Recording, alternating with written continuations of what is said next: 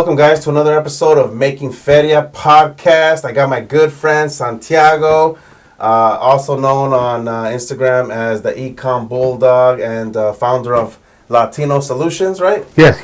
Thank you so much for coming, brother. I appreciate you taking the time. And, tell the audience a little bit about yourself and your background and what do you do? Thank you. First, Chris, thank you for having me on your podcast. My name is Santiago Gil. I was born in Peru. Wow. Right? Came out here when I was 2 months. Yeah. Lived in by LACC. My mom struggled growing up. Kind of got beat up trying to get into gangs. Wow. There was known gang, Black Diamonds. They always wanted me to join. I never did. So then we moved out to Burbank when I was 13. Yeah. Different kind of lifestyle, but I still thought I was in the hood mentality. Mm-hmm. So went to Burbank and got caught up in some wrong things and started joining the Marines at 17. Yeah. Went to the Marines at 17. Went to Iraq twice. Missed my son's birth. Came back. Then decided I wanted to become an attorney. Went to USC. Found out that I didn't get accepted to law school at that moment. And I was like, hey, let me try this entrepreneurship stuff out. Yeah. And then never look back. Awesome. So that's kind of like a little snippet. I know it summarized it like in 45 seconds. No, that's good, man. That's a lot that you did, man. That's crazy. That's wow. That's good. That's amazing. So right now you're doing a lot of credit, right? Is that that's your main business? Yeah. Credit repair, Latino Solutions, my main, bread and butter. Gotcha. So how are you helping people with their credit or business owners in general, right? Because we're talking to a lot of people who are business minded, who want to start a business, maybe they need some capital, yes. And maybe they want to fix their credit or whatever, stuff like that, right? So my whole thing with credit, like I was the Amazon guy. That's why my name was Ecom Bulldog, right? But then I got scammed for $50,000 on a mentorship. Wow. And I was my back was against the wall, and I used credit to kind of get out of there. Mm-hmm. So I was like, okay, how can I build up my credit again, use that money to invest in myself, and then start a business again? Yeah. So that was my main leverage. So when people sign up with us, they get a credit class a month. Because I noticed that you can have great credit, pero si no sabes like how to manage it, or you don't know the 5 factors of credit, which is, everyone should know the 5 factors of credit, which is the basics, right? You're going to go back in the wrong cycle of credit. Okay. So what else is there to know about credit? So when you're barely starting off, what would be some good tips or what good cards to get to apply for, right? Got it. To starting off. So I say, first thing, if you're like brand new, like literally no credit, first go after Chase. Don't go to Credit One. Don't go to First Premier. Don't go to none of these other. Capital One. Not Capital One yet, but I go Chase first. Chase first. Because zero credit. Like if you're out here and you got no credit, go to Chase, deposit $250, mm-hmm. and then that same day they will give you $500 or $1,000. It's called the Chase Rise card. Chase Rise card. The reason I say go to Chase first, guys, is because Chase has a 524 rule. Yeah. If you can't get more than 5 credit cards in 2 years. Okay. So if you have more than 5 credit cards in 2 years, they will not give you one. So if you go to Chase first, right? They're already giving you a credit card. So you're already in with the fam. Yeah. Okay? So the second thing I would do is, another thing is Chase gives you a $300 sign-in bonus. You sign up for Chase, they give you $300. Mm-hmm. Then they give you a referral link. Any person that you give the personal checking account link to, that's $50. Yeah. So you can make literally $800 from you opening up your checking account, $300. All you got to do is 2 deposits of $250 equaling $500, bro, and that's a free $300. Yeah. Plus, you got your link where you can share people. Hey, open up a checking account, and that's like $800 right there. And bada bing, bada boom. That's why I really harp on like opening multiple checking accounts. I would have 3 or 4 because you can leverage those banks. Definitely. Yeah. Okay. You know what I mean? Yeah, I remember back in my day, I started at La Curazao. I'm sure you're familiar with La Curazao. Oh, yeah. You started La Curazao credit or working there?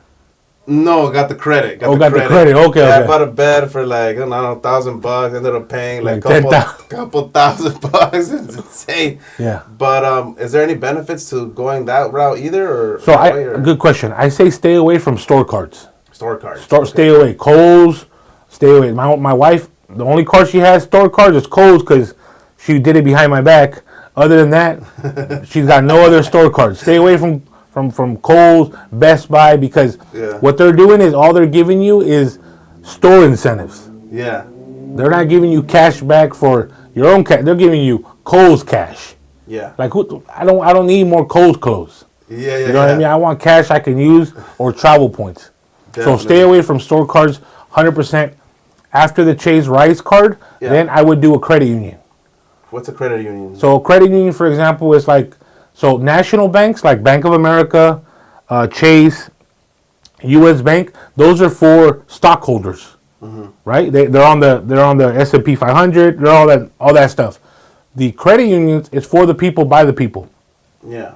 So they're for the people. Yeah. So that's why you get an interest rate better at a credit union than you do a regular bank, because they're giving you higher limits and they want to work with small businesses también. Yeah. So build a relationship with the credit union. I always talk about Navy Federal. Navy Federal. Navy Federal, bro. Best bank out there, number one in credit unions. In credit unions, Navy Federal. Okay, I'm going to have to start taking some notes, but okay. I'll give you a strategy right there for the viewers. In 3 months, you can get a $25,000 credit card with Navy Federal with bad credit. Wow. 3 months. All you got to do is set up direct deposit, do a CD account, certificate of deposit for $100. Yeah. Okay. Have an authorized user, like someone add you to their account so you can boost up the credit profile. Yeah. So we got those three. Do a pledge loan and then on the third month, sign up for OOPS. It's optional overdraft protection service. So it's like 5, you just did like 5 products. Yeah. Well, technically 4. The AU's the bonus.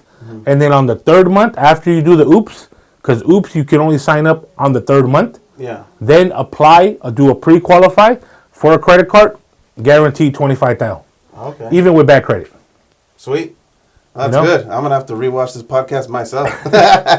So how many years have you been in business now? Honestly, just like a year and a half. A year and a half. But I've been doing credit, like I've been obsessed with credit for over 3.5 years. 3.5. Okay, yeah. Cool. So what are some of the biggest challenges facing opening up your own business that you've gone through? Oh, man. I think it's just, there's only me, like as far as in the beginning. Yeah. So getting that extra help that you can trust. Definitely. Right? Because obviously there's money coming in every day. In the beginning, there's probably no money coming in every day. It's just you. Yeah. But you see who's really going to rock with you, or I don't want people to see the money and they think, oh, you should be paying me a little extra. So that's why I have virtual assistants. Okay. So my employees are in Colombia, Peru, and then the Philippines. Nice. Wow. So you got like 3. Yeah, 5. And that's been working out pretty good? Oh, man. My overhead is beautiful. It's beautiful. I don't got to worry about HR. Yeah. I'm looking into possibly getting one because... or at least for a call center or something, bro. True, right? Yeah. So alleviate some of the general tasks. Little things. Right. Okay. Yeah, bro. I recommend that. Cool. So what have been some of the keys to your success, like that you've been implementing? I think the best thing is I'm controversial, or like this sweater I have. Yeah. Right? Drug dealer, quitter, entrepreneur. Yeah, okay. That's a good one. So since I don't have an office, my office is in my home. Yeah. Or I have an office in my home, pero no tengo like a studio office like yourself. And I think what I've been able to create just by that is impressive, but I wouldn't be able to do that without being in the right rooms. Yeah. Getting the information, and then 2, my content. The content. Like my content has been just getting me up there. Literally, people have been reaching out just to be on podcasts, be on radios and stuff like that, So, just since we're talking about social media, what are some things that are trending, or what are the things that you've implemented that have really worked or like gone viral? Yeah. So, I mean, it makes it seem like I'm like popping off overnight, but I've been filming content since before COVID. Yeah. And my whole thing, because I'm a bigger dude, like I would do funny stuff. Yeah. So I would do funny stuff to get people laughing, and then get them into what I'm doing. Correct. Because most people just want to sell you everything. Yeah. But they don't give you no value, or they don't get a smile out of you, or you didn't tell them something for free or something like that. True. You know, you gotta offer some value. Yeah. So that's my whole thing. I started with the whole comical stuff, and then what kicked it off was all the free game that I would give, or like, hey, on Experian, call and remove all your addresses and phone numbers before you even fix your credit, because that's cleaning your credit. So when you apply for credit, it doesn't look suspicious. Because you have one name, one phone number, one address. Yeah. If I could look at anybody, your 2 credit profiles on Experian, I'm sure you're going to have old addresses that need to be deleted. But then people don't even know that part. Like, you know what I mean? Yeah, it's those little techie little things. Yeah, I just not even I know. But yeah, credit's pretty okay. It's pretty. I'm sure it's 800, and not just slightly lower. Nice. But it's pretty good. That's pretty good. Cool. So, any mentorship? What do you think about mentorship?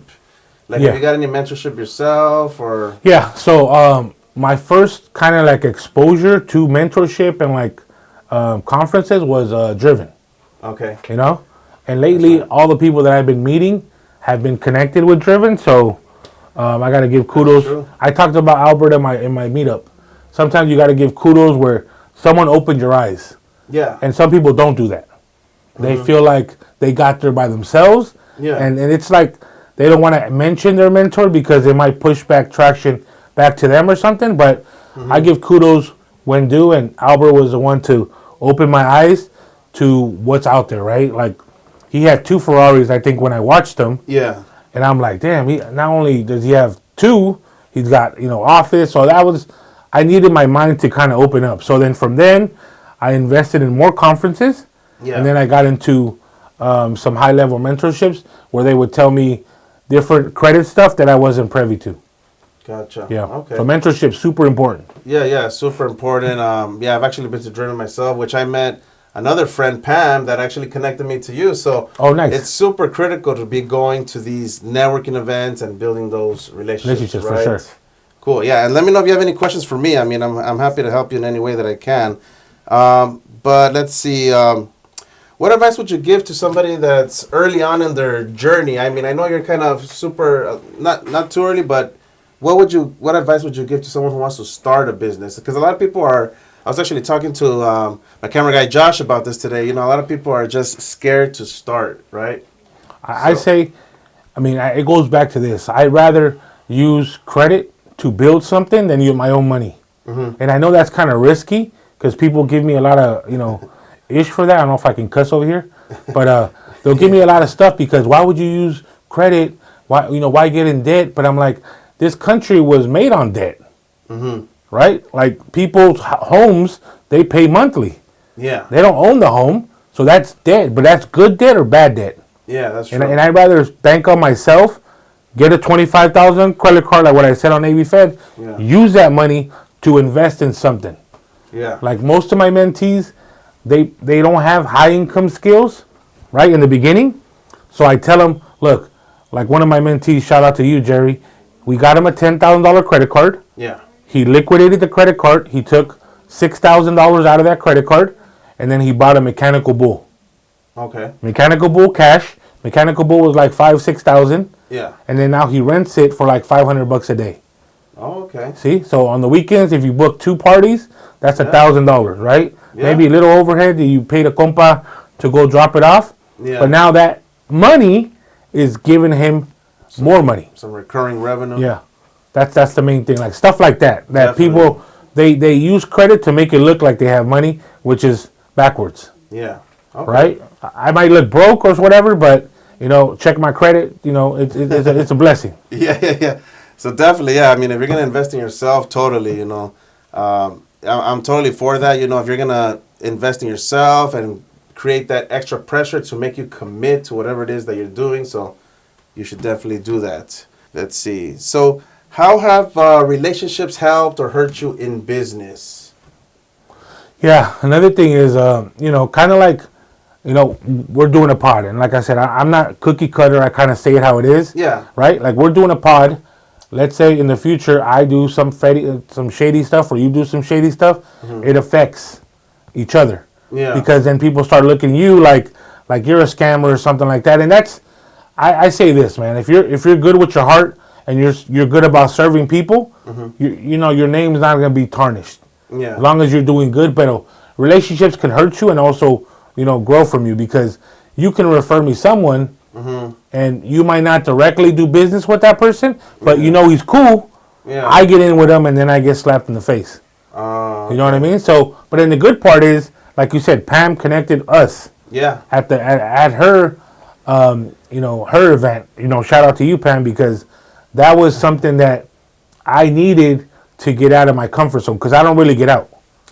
Yeah, same here. I mean, she gave me the opportunity to speak a little bit. I told people my story, and hopefully that inspired somebody to start their business or grow something and build something. So it all starts from like a connection. Like I said, I know you got something in the works, building your event coming up soon. So I'm looking forward to that. You know what I mean? Just in general, bro. Because Latinos, they're the first ones to kick you down, and if you can find a good core of Latinos to build you up, then you're onto something. Some like-minded individuals, right? Yeah. Any advice on marketing? I know we touched a little bit on social media, but anything good? Yeah, okay. I mean, obviously, trending or something. It's the reels, shorts. So just to give you guys an idea, and like, don't give up. It took me 1 year on YouTube, no editing, recording myself on Zoom. So quality was not the best. Yeah. But I was giving game. Yeah. Right? I consistently put out videos. Okay. Right? So it took me 1 year to get 7,000 subs. Yeah. Okay? It took me 3 weeks to get like 45,000 subs. Okay. So and I was talking to my mentor, and he was like, damn, it took me 3 weeks to get 45,000 subs. He goes, no, it didn't. It took you that year of not giving up and like consistently put out videos. They got you those 45K. Yeah. Because they went to back videos and they saw a video. They're like, oh, shoot, man, this guy's giving game. Let me follow. And they saw that your consistency and always giving value. Consistency. Like I said, and remember, a shitty video is better than no video. Yeah. You know? At least they know who's speaking. Because, you just gotta get known, Yeah, I mean, do you have any questions for me that I can help you in your business? For sure. So, I know your hearing aid business? Yeah, so I got a hearing aid business. Yeah. I do some real estate, not here in LA. I do it in Phoenix. Nice. So I buy and flip properties over Gotcha. there. And we just launched Making Feria this year, which is going to be social media marketing, business coaching, and hopefully the conference this coming November. So. It's going to happen. Yeah, it's going to happen. Yeah. So regarding like let's say your first fix and flip, right? Yeah. That's the route I'm going into next. Yeah. My son's at LMU. He's 18. Yes. And I want to get him a property by the end of the year. Okay. So, would you say, I know through ups and downs, stay in California because California money, or go to like Arizona because it's up and coming? Like as far as you can get more for your buck in Arizona, which that's even stretched too. Yeah. What would you recommend on that, if you can? So, yeah, I mean, every market it's really different, right? So it just depends how much money, capital you got to play with. Gotcha. And then what I would recommend is, building up your team. When you're buying a property, how are you going to fund the deal? I mean, obviously you know about credit, so maybe you might know some tricks there. But for me, like, I have to save some capital and find what's called hard money lenders. Got you. So when I want to acquire a property, I go in with 20% down, and then the hard money lender puts the other 80% for like a 6-month interest-only loan. Gotcha. So within those 6 months, I need to hurry up and fix it. I need to have my general contractor, or if you know how to build already, good for you. But I'm not going to go do it, so I have to make sure I have a good general contractor that fixes properties, right? Got it. So make sure that he's ready to go and fixes it within 1 to 2 months, so that I can right away send it to my agent, get a real good real estate agent to list it for you and sell it as fast as possible. You don't have any long terms? It's all you like fix and flips? That's your I do have this little triplex that I'm holding on to, nice. which is zoned for 7 more units. So that one I am holding. Nice. So I have those rentals, and then eventually I'm going to build another 4 units on there. So, I mean, even looking for properties like that have potential to grow. Yeah. Yeah. So a lot of stuff that's been popular here in California, I believe it's those additional dwelling units, right? Where you buy a house and it has like a backyard where you can build like a little guest house or something, right? So that's adding square footage to the property, makes the value go up, and then you can rent it or whatever, right? Does that make sense? Yeah. Yeah, man. And I think when it comes to it, like, people just don't know what they qualify for. Yeah. Right? So I have my property. I have a property in Peru. It's like a beach house. Yes. That me and my mom partnered up with it. So we built that one from the ground up. We probably put like 140 in, but now it's worth like 250. Okay. So it's in Peru, right next to the beach. Good. Asia. It's called Asia, the area. But just doing that on the Peru side, it kind of like, dude, but I should be doing it on this side. You know what I mean? Yeah, I mean, like, wherever you make money, I mean, that's over 100% gain right Yeah, there. yeah. Who doesn't want that, right? Yeah. From 140 to 250, that's good. Is it like an Airbnb or just family owned? No. Like So you guys stay there? Yeah. So I haven't officially stayed there, which I'm looking to go next month and kind of just christen it or enjoy it. Yeah. And then after that, we're probably gonna sell it. Okay. Yeah. Any plans like to keep it for Airbnb and stuff like that? So or not really? we haven't tried, but we know it's a good house to get the Airbnb in it. But I haven't dabbled in that. Okay. So mainly we're just right now keeping it. I'm gonna go enjoy it with my kids, and then see what's the next move. But potentially we're just gonna sell it. Okay. Yeah. All right. Cool.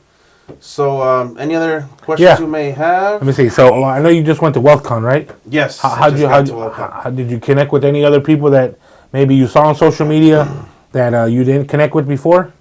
Was that an opportunity? So, well, I mean, the networking was great, right? So, I do masterminding with Ryan Pineda. Yeah. He's my real estate mentor. Got you. So he teaches wholesaling, flipping, rentals, Airbnb, all that stuff.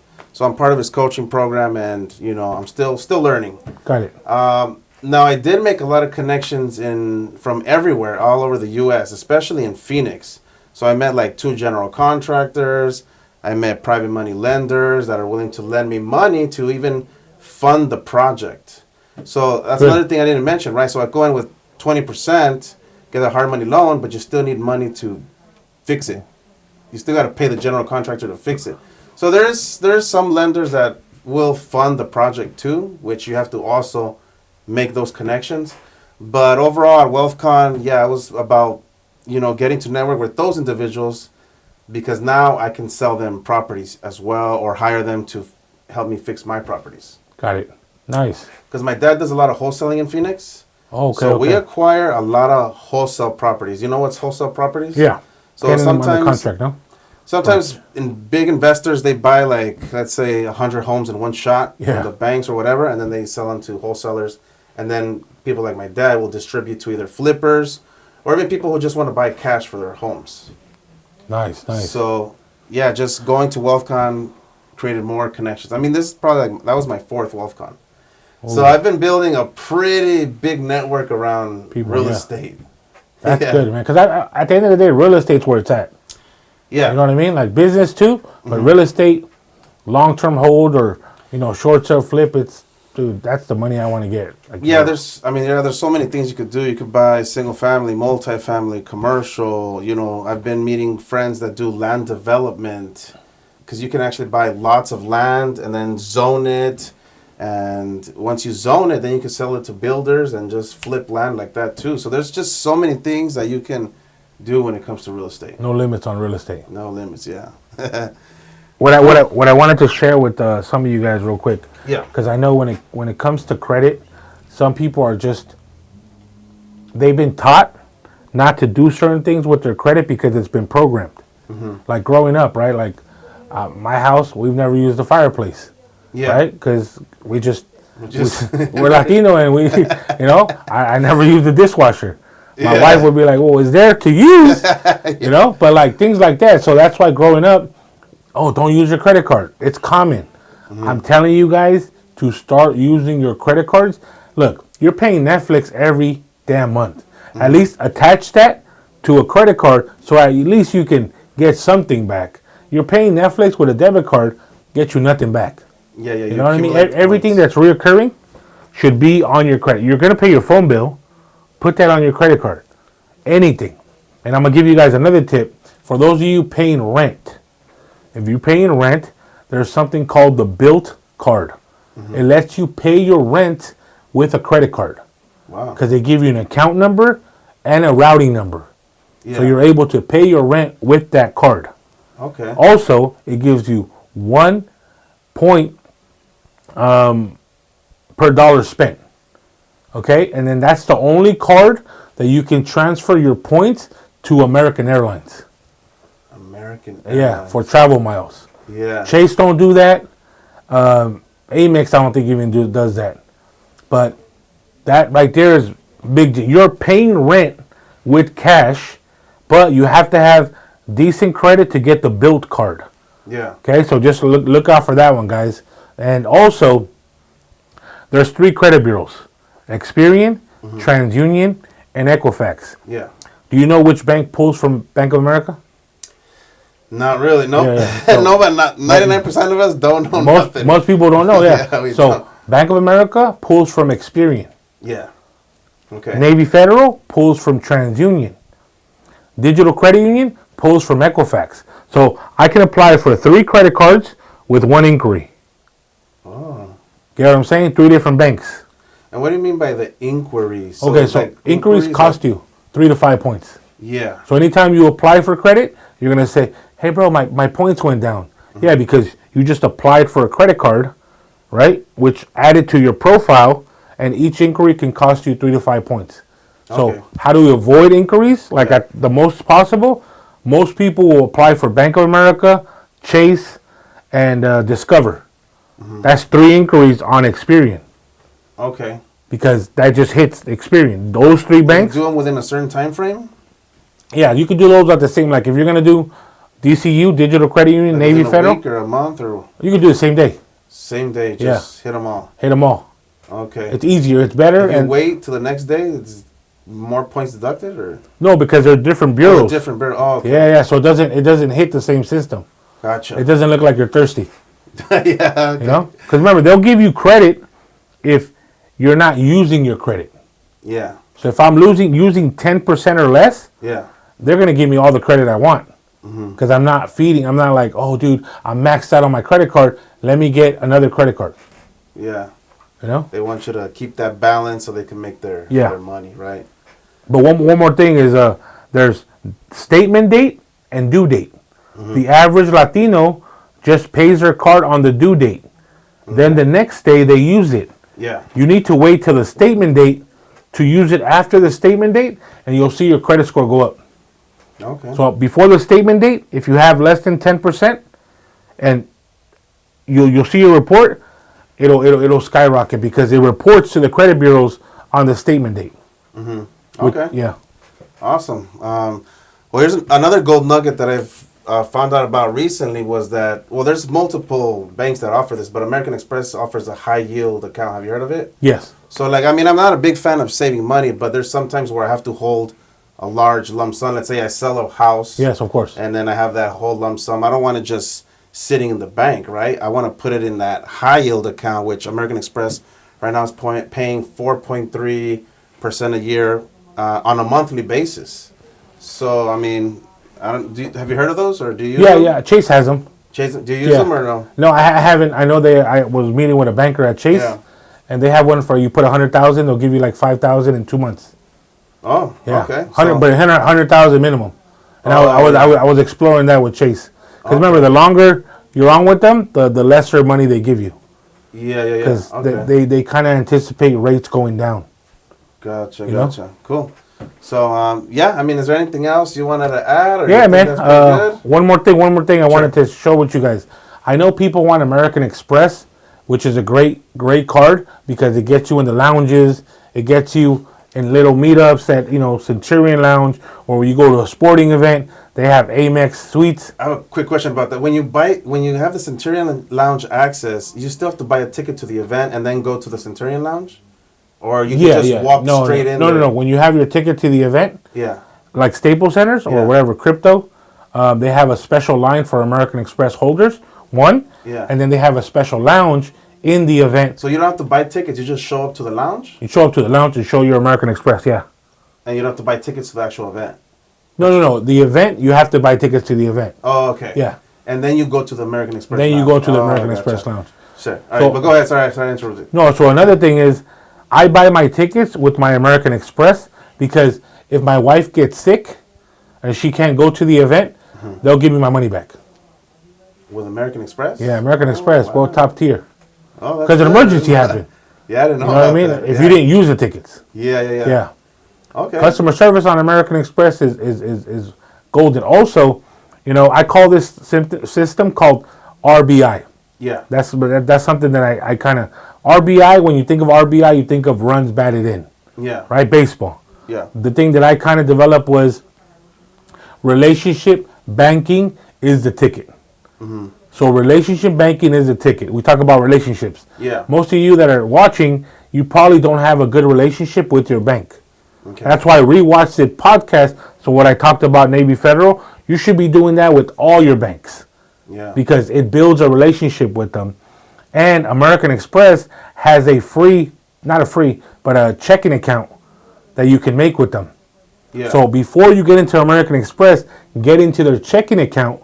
So now you're banking with them. So when you apply for credit, easier to get in. Yeah. Okay. You know what I mean? So that's a big gem for you guys right there. Awesome, man. Wow, man. Yeah, Santiago, so much value, golden nuggets you could get from this podcast. Cool, brother. Anything else? If anyone is struggling with their credit, hit me up, 951-667-8391. Text the word credit. My team will give you a free credit analysis. And just if you mention Chris, Making Feria podcast, we'll give you an extra 25% off. Perfect, man. Yeah, you can also find him, his personal Ecom Bulldog and Latino, is it Latino Solutions? Yeah, Latino, LAWTINO Solutions. Perfect, brother. Cool, man. Well, thank you so much, man. I appreciate you coming out. I appreciate the Thank you, value. man. And we'll definitely catch you guys on the next podcast. If you guys have any questions, put them down below. We'll reach out to you. And have a good day.